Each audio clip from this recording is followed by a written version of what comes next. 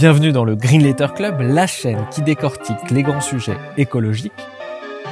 Aujourd'hui, nous allons parler du dérèglement climatique, fonte des glaces, augmentation des températures, disparition des forêts. L'homme bouleverse le climat de la planète. D'où cette question, l'habitabilité de la Terre est-elle menacée?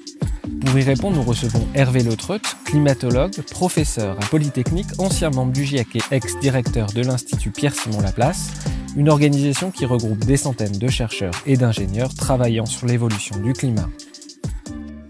Bonjour Hervé Le Treut. Bonjour. Bienvenue dans le Green Letter Club. On a le plaisir de vous rencontrer pendant le Festival des Pluies de Juillet à Villedieu-les-Poêles, un festival mêlant culture, musique et conférences autour des sujets écologiques. Première question, à quel point la situation climatique est dégradée? Est-on en train de menacer les conditions d'habitabilité de la Terre? Alors la situation est dégradée. Je pense qu'elle n'est pas dégradée au point de parler d'inhabitabilité de la Terre. On était 1 milliard d'individus il y a encore pas très longtemps, hein, au 19e siècle. On est pratiquement 8 milliards aujourd'hui. On n'est pas en situation où l'humain, pour le moment, en tant que tel, en tant qu'espèce, est menacé. Par contre, ce qui est certain, c'est qu'on a dépassé aujourd'hui des échéances qu'on voulait ne pas dépasser et que le climat change. C'est-à-dire qu'on n'est plus dans la phase où le changement climatique était quelque chose qu'on calculait avec des équations et qu'on observait avec difficulté. Aujourd'hui, le réchauffement, il est clair. On a augmenté la température de la planète d'un peu plus d'1 degré maintenant, globalement, ce qui veut dire sur les continents 1,5 fois plus, et dans les régions polaires encore plus. On a dépassé un certain nombre de seuils qu'on n'aurait pas dû dépasser. Et c'est une réalité aujourd'hui. Justement, depuis quelques mois, on a l'impression de voir sensiblement les premiers effets concrets du dérèglement climatique. Il y a les méga-feux en Australie, en Amazonie, les cyclones dévastateurs en Asie, aux États-Unis. Le changement climatique, il est là, il est plus précoce que prévu, plus violent que prévu? Pas tant que ça, c'est-à-dire que on est en gros quand même pas très loin de ce qu'on avait anticipé depuis déjà plusieurs décennies. En fait, les premiers rapports sur le changement climatique à partir de modèles, c'est les rapports Charnay en 79. Et dès cette époque, il y avait à peu près l'estimation que un doublement du CO2 pouvait amener un réchauffement, alors avec une fourchette très large, mais qui restait assez large, allant de 2 degrés à 4 degrés et demi. Alors c'est 2 degrés et demi à 4 degrés et demi 1 degré et demi à 4 degrés et demi dans le rapport Charnay. On n'est toujours pas très loin de ces estimations-là. On est plutôt un peu plus pessimiste peut-être, mais globalement, on est dans l'épure de ce qui était annoncé il y a déjà plusieurs décennies. Justement, vous avez dirigé l'Institut Pierre-Simon Laplace, l'un des instituts qui crée des modèles climatiques. Quels sont les scénarios climatiques crédibles aujourd'hui en termes d'augmentation des températures? Ça dépend énormément de ce que l'on va émettre. Hein. Donc il y a bien sûr dans le futur une équation importante, qu'est-ce qu'on va faire en termes d'émissions. Ceci étant dit, les scénarios les plus courants restent quand même dans la ligne qu'on a toujours vue. Aujourd'hui, on a des scénarios du pire qui ont tendance à être un peu plus élevés. Dans les dernières simulations qui ont été faites avec notre modèle montrent éventuellement des possibilités d'aller jusqu'à 7 degrés de réchauffement peut-être, mais dans des conditions où on émet quand même beaucoup de gaz à effet de serre, bien sûr. Mais 7 degrés, la vie sur Terre pour les hommes, elle est encore crédible? Si vous voulez, la vie sur Terre, ça dépend où. Il y aura des régions qui seront plus ou moins menacées, très clairement. C'est vrai que si on atteint des températures, mais on les atteint déjà, de plus de 50 degrés dans certaines régions du monde, la vie là n'est plus possible. Après, toute la planète elle est sphérique. Il y aura toujours un côté froid qui est du côté des pôles, et puis un côté beaucoup plus chaud à l'équateur, et des régions qui seront vivables et d'autres qui ne le seront pas. Donc le problème, c'est plus un problème de justice entre différentes régions du monde qui vont être affectées de manière extrêmement différente, et de comment on peut vivre dans un mode qui se régule avec des injustices aussi flagrantes, aussi fortes que celles qui peuvent survenir dans le futur. Donc je crois que c'est plutôt le chaos qui peut naître de l'injustice que l'idée vraiment d'une planète inhabitable. La planète a toujours finalement été habitée, avec des catastrophes dans le passé qui étaient habitées par des animaux, hein, habitées par d'autres mammifères, mais elle a toujours été habitée. Je crois que le problème, c'est surtout celui de dans quelles conditions une humanité de 8 milliards d'individus peut vivre sereinement sur la planète dans le futur, sachant les inégalités qui peuvent être la conséquence de nos actions actuelles. Alors justement, selon les modèles de l'Institut Pierre-Simon Laplace, on pourrait atteindre plus de degrés en 2040. La vie à plus de degrés, ça ressemble à quoi? Si vous voulez, c'est toujours assez difficile à définir de manière précise. Moi, j'ai passé beaucoup de temps à faire un rapport sur on était très nombreux à faire ça, sur le changement climatique en Aquitaine. Au départ, on voulait effectivement regarder de manière précise ce qui se passerait avec des émissions de gaz à effet de serre modérées, avec des émissions de gaz à effet de serre plus fortes.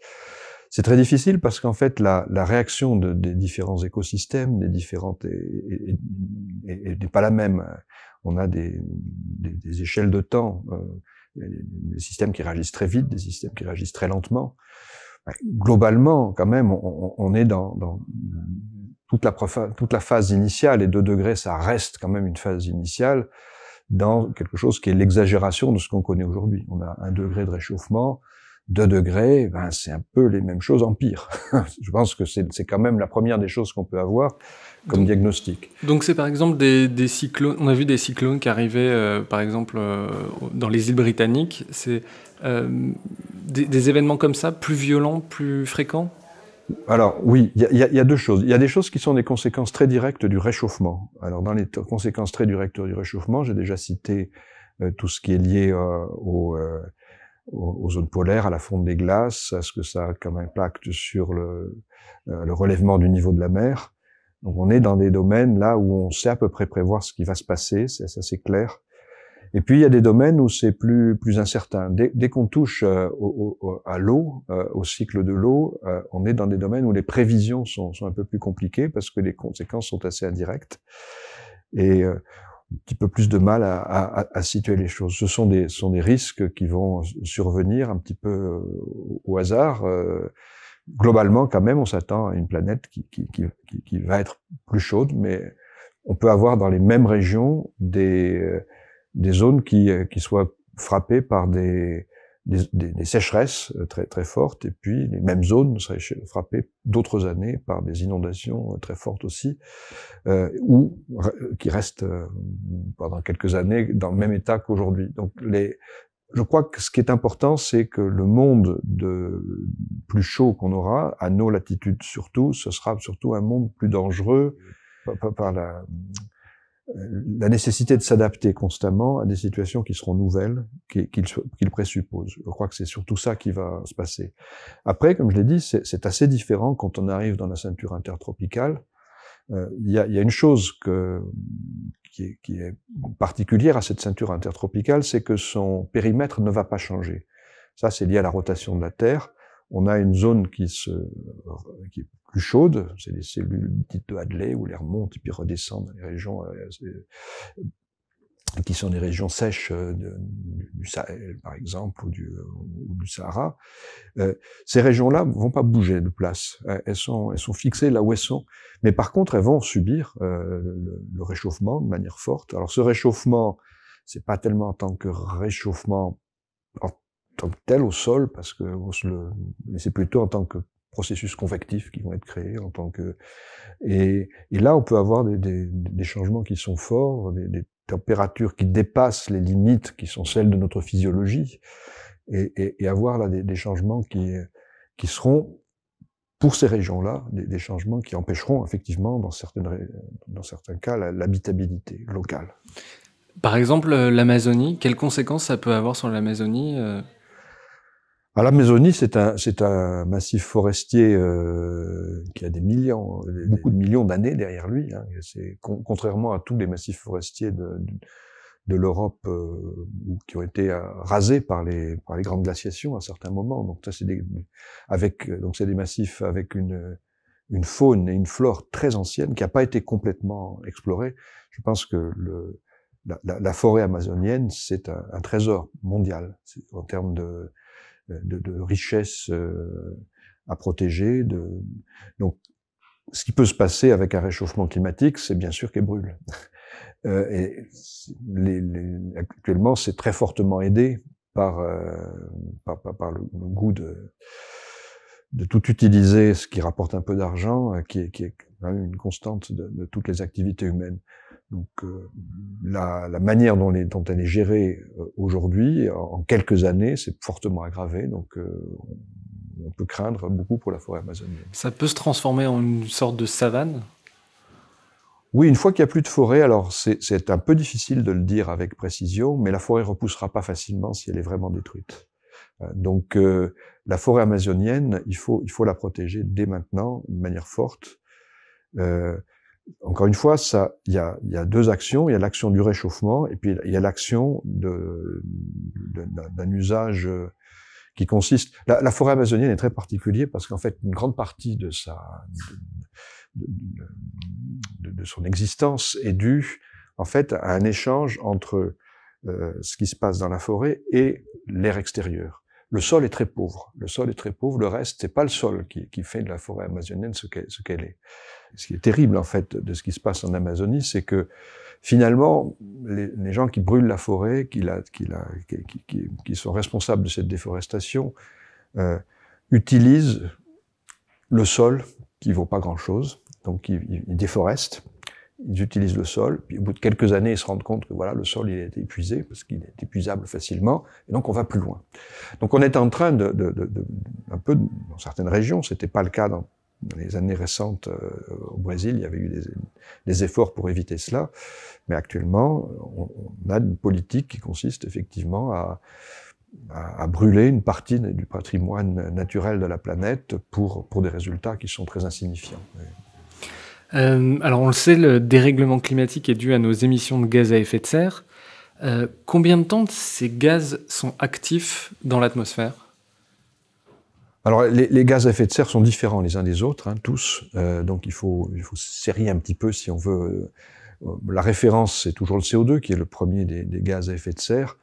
On donne une demi-vie d'un siècle. Alors une demi-vie d'un siècle, ça veut dire qu'au moment qu'on a mis des molécules de CO2 dans l'atmosphère, elles vont y rester à une durée qui, pour la moitié d'entre eux, est d'un siècle. Bon, on simplifie un petit peu. Donc c'est plus compliqué que ça, parce qu'en fait, ce qui fait la durée de vie, et c'est un échanges aussi avec l'océan, avec le couvert végétal, mais en fait, c'est quand même une bonne approximation en ordre de grandeur. Donc, ce qu'on a mis dans l'atmosphère à un moment donné, en termes de CO2, et qui reste, il y a une partie qui est reprise immédiatement par l'océan ou par la végétation, ce qui reste sera là pour moitié au bout d'un siècle. Donc, c'est beaucoup. Ça veut dire que dans la période intermédiaire, les choses se stockent dans l'atmosphère. Et ce stockage a commencé aujourd'hui. Ce stockage a commencé. On a beaucoup plus de CO2 dans l'atmosphère, on le voit.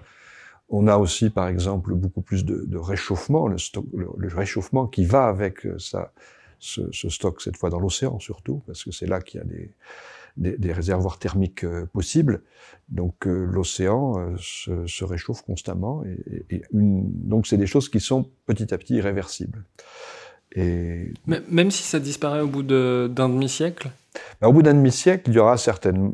En imaginant qu'on arrête complètement les émissions de CO2 à un moment donné, ou qu'on les diminue vraiment très fortement, on aura effectivement, certainement, un moment de retrait. Mais c'est pas très facile, même aujourd'hui, de savoir comment peut la chaleur qui se stocke dans les océans, par exemple, peut revenir ou pas.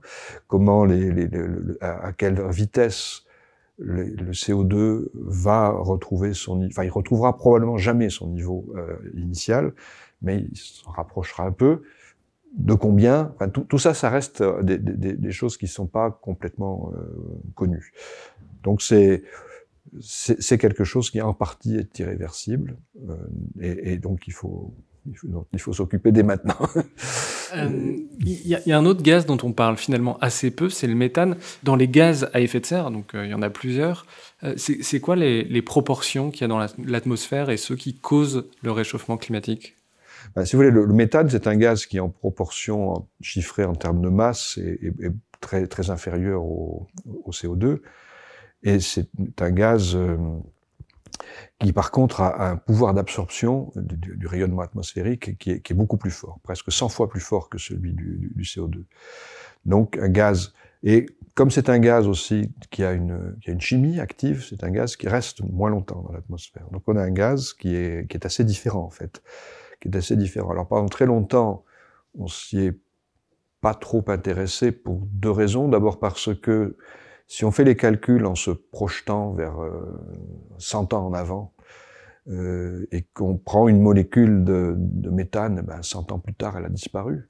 Mais en fait, dans la réalité, ce qui se passe, c'est qu'on émet du méthane qui reste pas longtemps dans l'atmosphère, mais qu'on renouvelle constamment aujourd'hui. Donc, dans 100 ans, il y aura du méthane.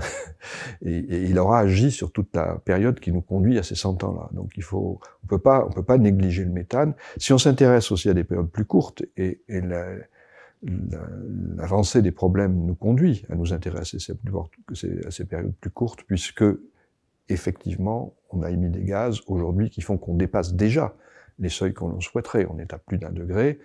Et le chiffre d'1,5 degré, qui est la référence sur ce qu'on appelle la neutralité carbone, elle est très, très près, est en ligne de mire, si vous. Donc, on a donc besoin de s'occuper du méthane de manière beaucoup plus forte.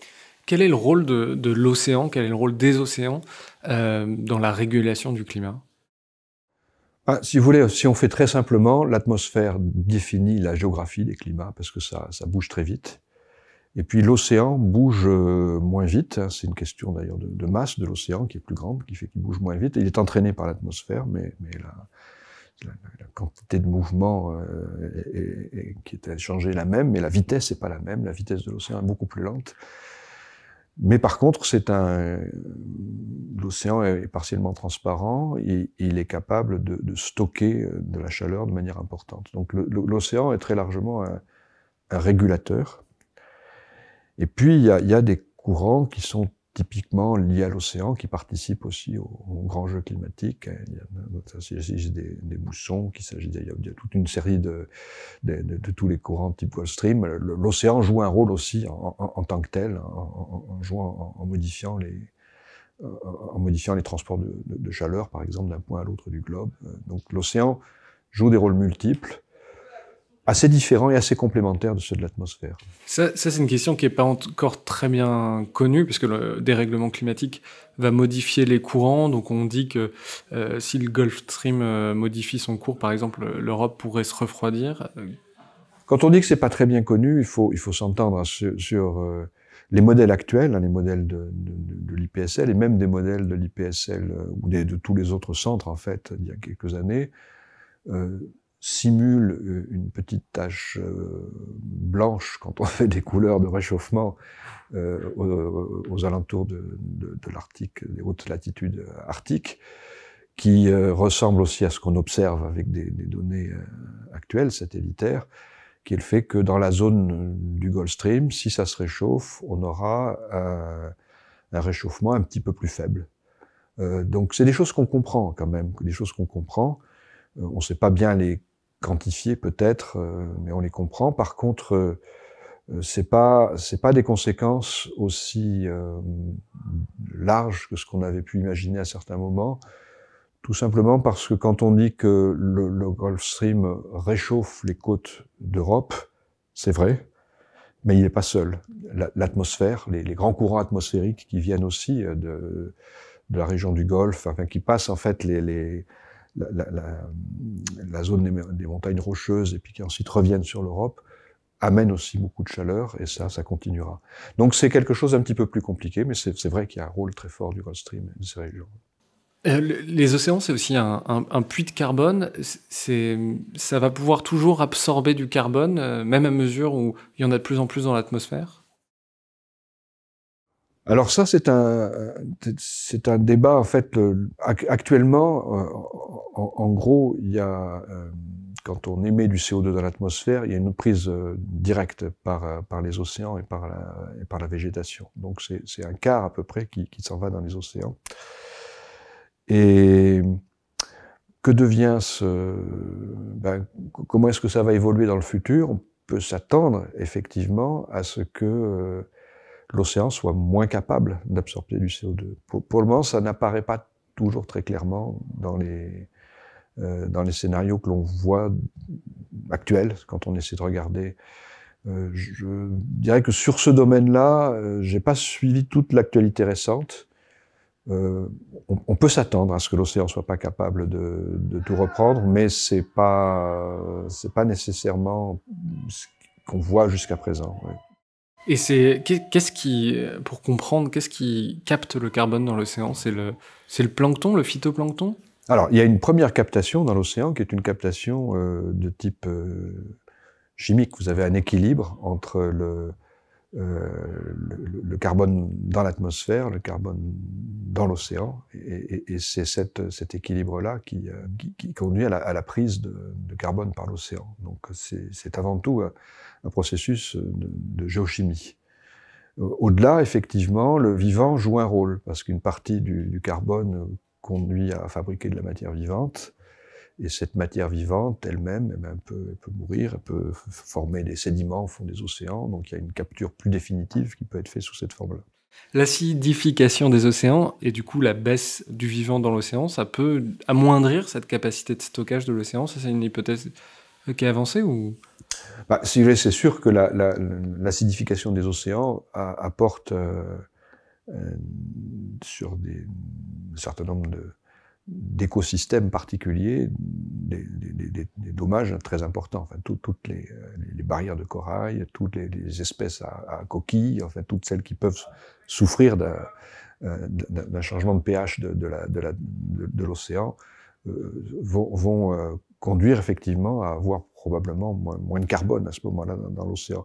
Après, il faut se faire attention parce que c'est quand même un problème un petit peu différent de celui du stockage du carbone. C'est un problème vraiment de maintien des conditions de vie de systèmes auxquels on tient beaucoup.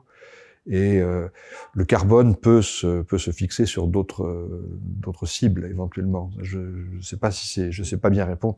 Je pense qu'il faut quand même garder un petit peu de manière séparée ces deux enjeux. Même s'il y a énormément de travaux qui ont lieu en ce moment sur le cycle complet du carbone dans les océans, c'est des choses que les gens étudient fortement. On verra un tout petit peu mieux dans les années qui viennent, je pense. L'évolution du climat et des températures n'est pas quelque chose de linéaire. Un certain nombre de phénomènes peuvent entraîner des emballements. On appelle ça les boucles de rétroaction. Quelle est pour vous la boucle de rétroaction qui est la plus menaçante aujourd'hui ? Alors, si on parle de menaces, on parle donc de boucles de réaction qui peuvent changer par rapport aux boucles de rétroaction actuelles. Actuellement, on a une boucle de rétroaction extrêmement forte qui est assez largement ignorée, qui est celle liée à la vapeur d'eau. On oublie toujours que la vapeur d'eau est le premier des gaz à effet de serre. La vapeur d'eau augmente avec la température, et cette augmentation-là joue un rôle majeur quand on essaie de regarder les climats futurs. Dans nos modèles, on sait que la rétroaction de vapeur d'eau est importante et multiplie en gros par 2, donc le réchauffement climatique. Alors au-delà, il y a d'autres rétroactions qui sont... il y a la rétroaction de la fonte des glaces et des neiges, qui fait que le système climatique dans les régions polaires risque d'avancer très vite. Ça, on le voit déjà en Arctique, la fonte des glaces de mer, qui sont pas très épaisses, accélère très rapidement. Ça aussi, c'est des choses qu'on sait à peu près. Ça, pourquoi ? C'est la réflexion de la lumière du soleil ? Oui, c'est-à-dire que si c'est ça, et c'est un peu aggravé par un autre phénomène. Si vous avez un réchauffement, vous verrez que la couche de glace superficielle au-dessus des océans va fondre et va permettre à la chaleur de rentrer. Et la chaleur qui rentre, à ce moment-là, rend le système irréversible. C'est-à-dire une fois que ça s'est réchauffé, il n'y a pas de retour en arrière possible.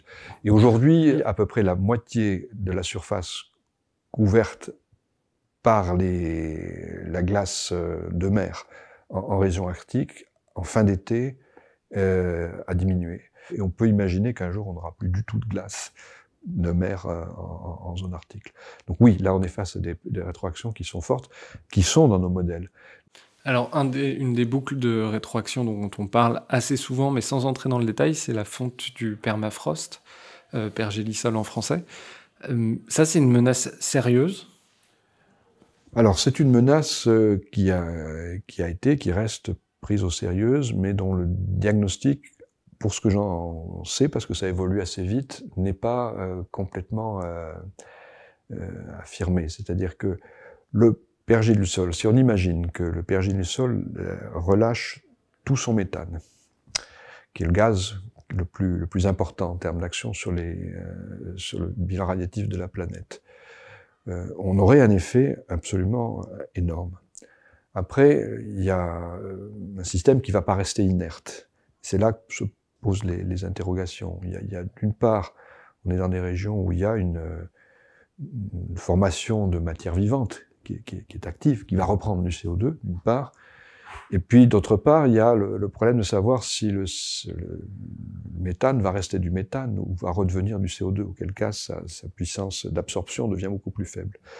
Donc je dirais que dans l'état actuel des choses, il y a des doutes des deux côtés. Quand on regarde les évolutions du méthane dans les périodes il y a plus de 100 000 ans où on était plus chaud que maintenant, les pics de méthane ne semblent pas très forts. Ils existent, mais ils ne semblent pas très forts. Alors, qu'est-ce que ça va se repasser ? Comment il se transforme, ce méthane ? Le méthane, c'est un produit de l'activité biologique, en grande partie. Il se stocke dans des cristaux de glace, et ensuite, la manière dont il disparaît, c'est quand ces cristaux de glace fondent. Donc, ça envoie le méthane dans l'atmosphère. Et la difficulté, c'est de savoir, une fois qu'il est dans l'atmosphère, ce que devient ce méthane. Est-ce qu'il reste du méthane? Est-ce que s'il reste en forme de méthane pendant longtemps ou pas? Et c'est là que, pour ce que j'en connais, parce que ce qu'on dit, c'est une science qui a avancé assez vite, les choses ne sont pas encore complètement tranchées à ce niveau-là. Tant qu'à parler du méthane, on entend parfois parler des hydrates de méthane. Qu'est-ce que c'est ? Est-ce que c'est une menace pour le climat ?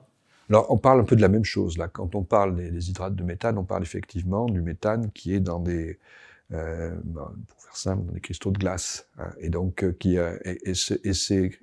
alors, on parle souvent des hydrates de méthane dans le contexte qu'on vient de dire, mais on en parle aussi souvent en pensant à ce qui est au fond des océans. Le méthane est un combustible. Quand on parle des grands combustibles fossiles, il y a le pétrole, le charbon et le gaz naturel, c'est-à-dire le méthane. Donc le méthane suscite des convoitises un petit peu différentes. Il y a des gens qui aimeraient éventuellement aller prendre le méthane du fond des océans pour en faire un combustible qui, en termes d'émissions de gaz à effet de serre, en émet. C'est un combustible fossile qui émet du gaz à effet de serre, mais qui en émet moins que le charbon et le pétrole. Donc, aujourd'hui, le méthane qui est au fond des océans, il n'en part pas spontanément. Il est sous une pression très forte d'une colonne d'eau très, très importante.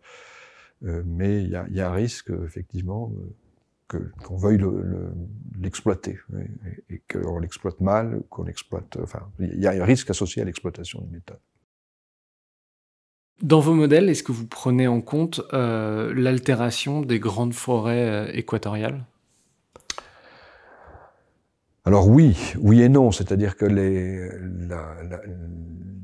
il y a dans tous les modèles d'aujourd'hui un module et une représentation de l'activité végétale. Ce qui est toujours difficile dans ces modèles, c'est de regarder comment ça va évoluer avec le changement climatique. Donc, dans tous les modèles, il y a une tentative de prise en compte de la végétation, de comment elle va évoluer dans le futur. Ça reste des sujets difficiles où on a une certaine marge d'incertitude sur les résultats et les modèles ne sont pas nécessairement en accord les uns avec les autres. Mais c'est pas un problème qui est ignoré, par contre. C'est un problème qu'on a du mal à traiter, mais c'est pas un problème qui est ignoré. Globalement, ces modèles, ils sont assez crédibles, assez fiables ? Si vous voulez, oui. Quand on regarde, par exemple, ce qui s'est passé entre il y a une expérience de modélisation que j'aime bien citer quand je fais des cours, qui s'est faite en 2000. C'était pour le rapport du GIEC de 2001. Il y a eu beaucoup de modèles qui ont essayé de regarder, pour différents scénarios d'émissions de gaz à effet de serre, ce que serait le réchauffement dans les décennies qui suivent. Donc on voit que à partir d'un point où on connaît l'histoire, ce qui était donc 2000, c'était la valeur mesurée, si vous voulez, les modèles font des projections. Ces projections, au fil du temps, s'écartent les unes des autres, mais sur les 20 premières années, elles sont quand même assez proches. Et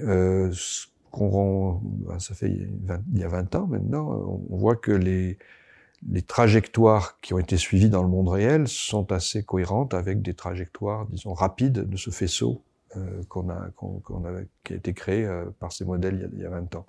Donc on est, les modèles sont dans les purs, sont dans les purs de ce qu'on a pu vérifier a posteriori.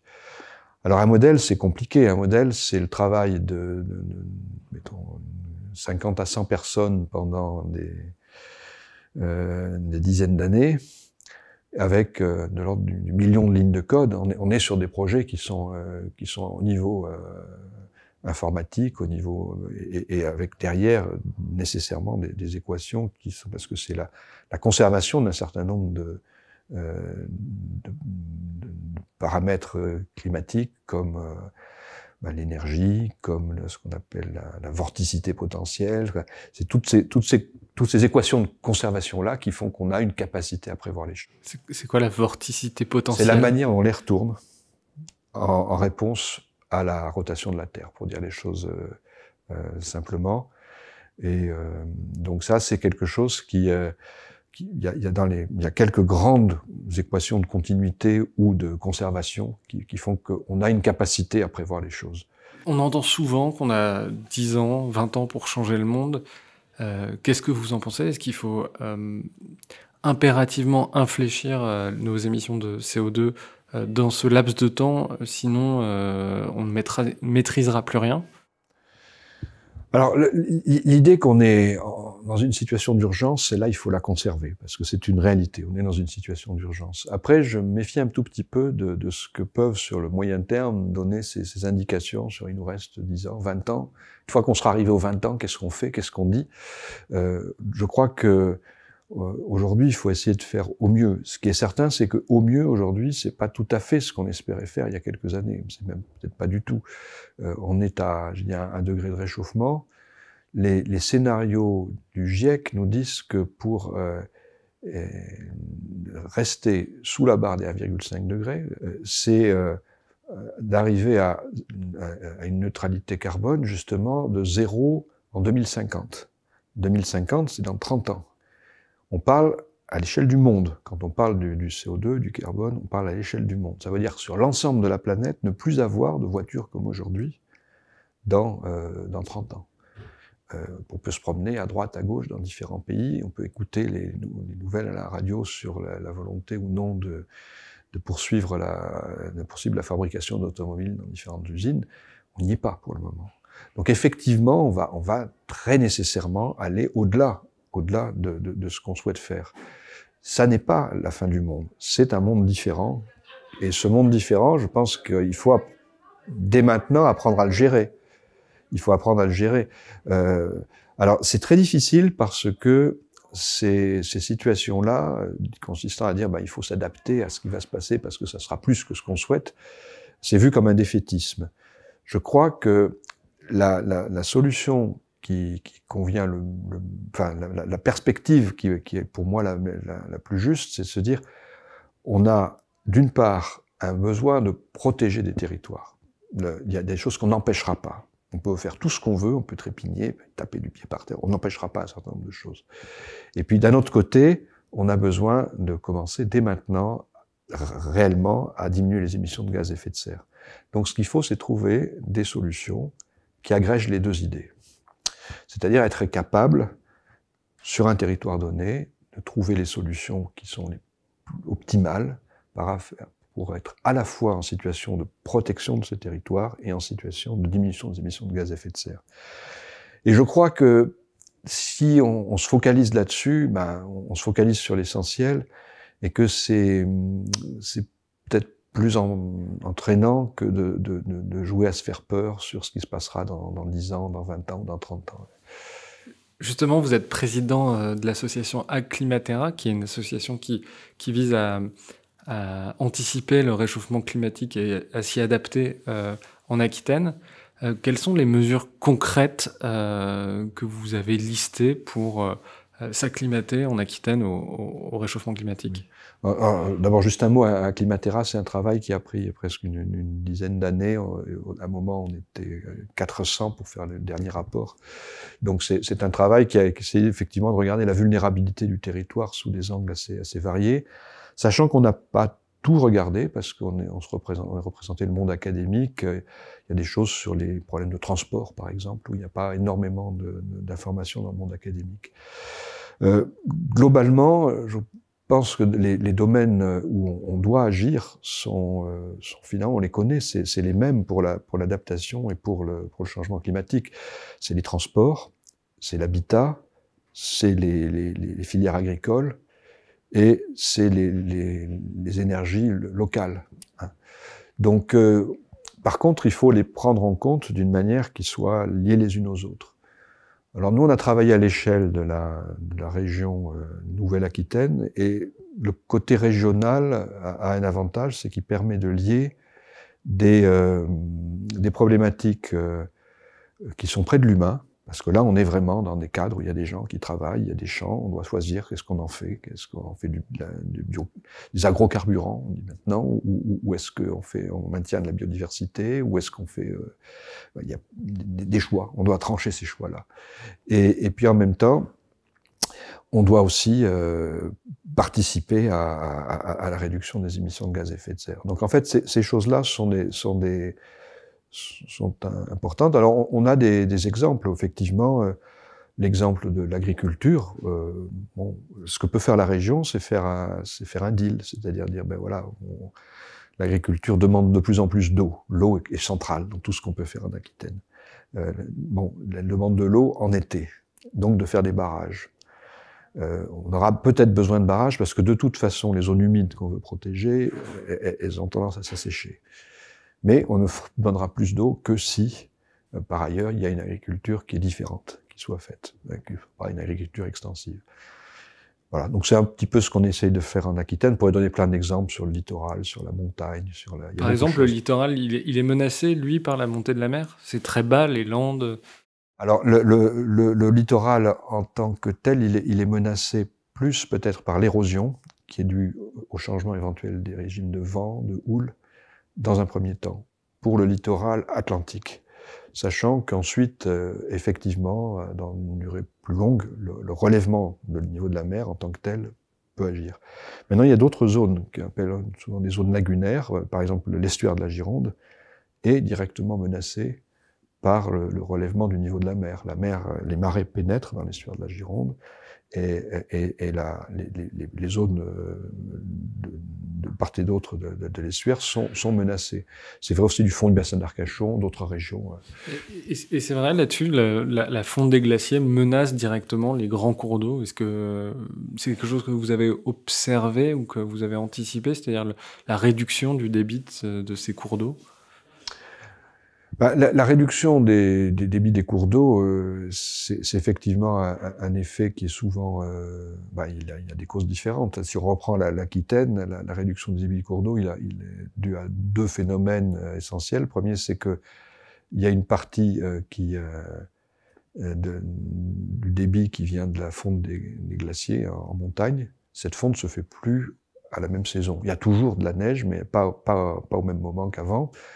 Et elle a tendance à fondre plus tôt, donc en été, il y en a moins. Et l'autre chose, c'est que l'eau, ça s'évapore, donc plus il fait chaud, moins il y a d'eau dans les rivières par effet d'évaporation. Donc ces effets-là, on les connaît, on commence à les observer, et ça fait partie des choses qui sont effectivement prouvées dès maintenant. Dernière question, Greta Thunberg exhorte les hommes politiques à écouter les scientifiques. Vous, en tant que scientifique, quel est votre rapport avec les hommes politiques nationaux d'abord, et avec les hommes politiques régionaux, comme en Aquitaine? Si vous voulez, il y a eu deux phases dans tout ce qui s'est produit sur les changements climatiques. Une phase d'alerte, Et finalement, cette phase d'alerte a été écoutée assez vite. Quand on pense que le sommet de la Terre de Rio était en 92, en 92, il y avait déjà les messages essentiels qui ont été acceptés par une grande partie de la communauté. Dès qu'il a fallu parler de solutions, les choses se sont compliquées. Et on est toujours un petit peu dans ce système-là. Donc, moi, ce qui m'ennuie un petit peu, c'est les discours qui sont qui répètent un peu toujours les mêmes obligations que l'on a, mais sans proposer de solutions. Et de ce point de vue-là, c'est vrai que les exécutifs régionaux, mais en France, on n'a pas vraiment, enfin, on n'a pas facilement. Les pouvoirs régionaux sont assez faibles quand même s'ils ont comme attribution ces enjeux climatiques. Ils n'ont pas tous les moyens régaliens qui permettent d'agir. Donc, je pense que c'est à l'échelle régionale, il y a une prise de conscience un petit peu plus directe de la complexité des mises en œuvre. Et je crois qu'à un moment donné, il faut que la communauté scientifique s'attelle. Alors, les responsabilités sont de tous les côtés. Moi, je préfère parler des nôtres qu'on n'a pas toujours bien remplis, peut-être. C'est celle de donner un langage qui soit préhensible par les décideurs, en fonction de la complexité du monde auquel ils sont confrontés. Après, on est obligé de dire qu'il y a aussi un manque de courage, un manque d'envie, un manque qui est partagé par beaucoup et qui a ralenti aussi très fortement les choses. Oui. Et cette vague verte au municipal, c'est quelque chose de très qui vous rend optimiste parce que ça veut dire qu'il y a des gens qui vont être capables localement d'apporter des solutions? Si vous voulez, moi je suis assez frappé par le fait qu'effectivement, au niveau local, il y a beaucoup d'animation par rapport à ces enjeux-là. On le voit aujourd'hui là avec les pluies de juillet. Voilà, je cherchais le mois c'est quelque chose qu'on trouve un petit peu partout en France. Et puis pour les gens de ma génération, c'est assez agréable de voir cet entrain à se projeter sur ces enjeux-là. Donc ça rend effectivement optimiste. Après, on a eu beaucoup de raisons d'être pessimiste et de pas voir les choses se réaliser comme on aurait souhaité. Donc on peut rester un peu pour rester neutre par rapport à cette idée d'optimiste ou de pessimiste. On va essayer de faire le mieux qu'on peut. Hervé Le Treut, un grand merci d'être venu dans le Green Letter Club et à bientôt. Merci beaucoup.